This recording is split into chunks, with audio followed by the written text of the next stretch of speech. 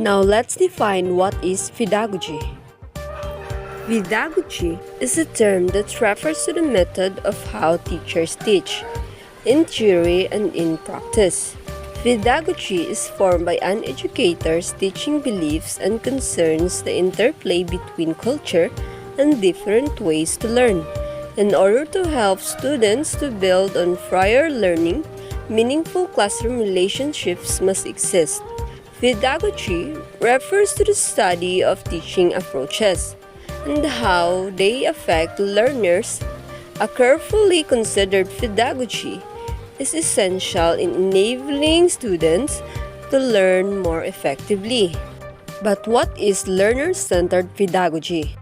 Learner-centered pedagogy is a classroom where lesson is not focused on the teacher and transmission of information.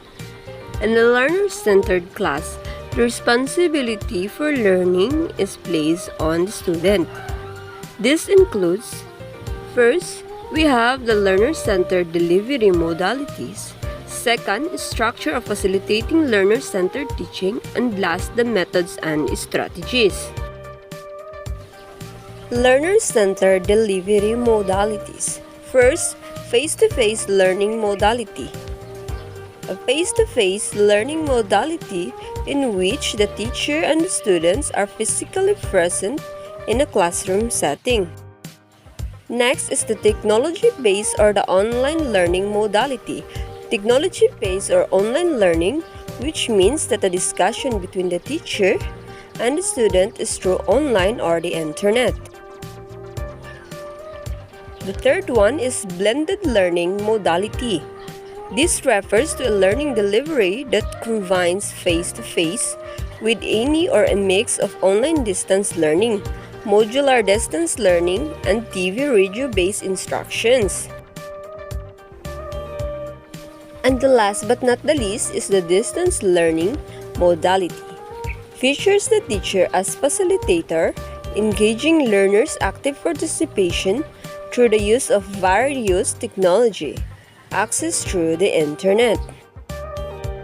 So now, let's have the structure of facilitating learner-centered teaching. First is the formal education. Formal education is a structured and systematic form of learning. This is the education of a certain standard delivered to students by trained teachers.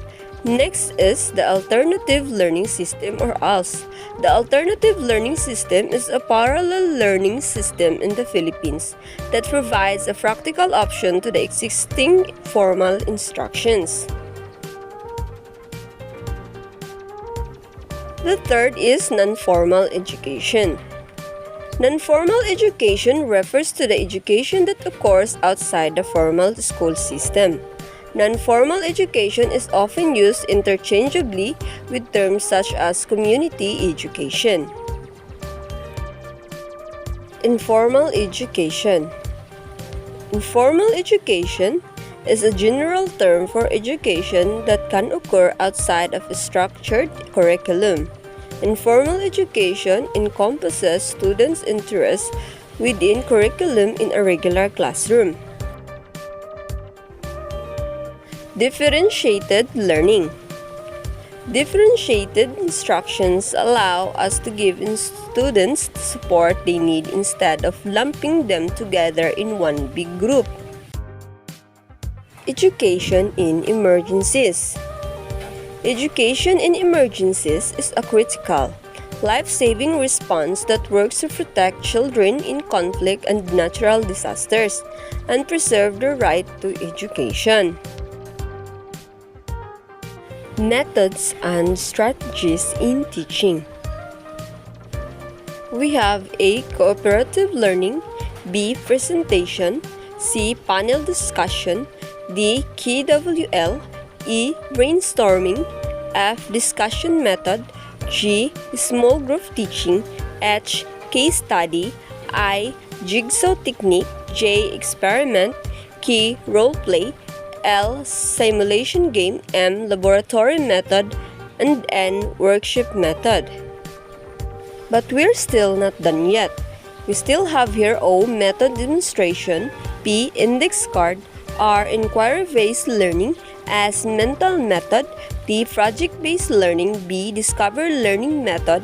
W. Socratic method. And last S. X. Gamification technique.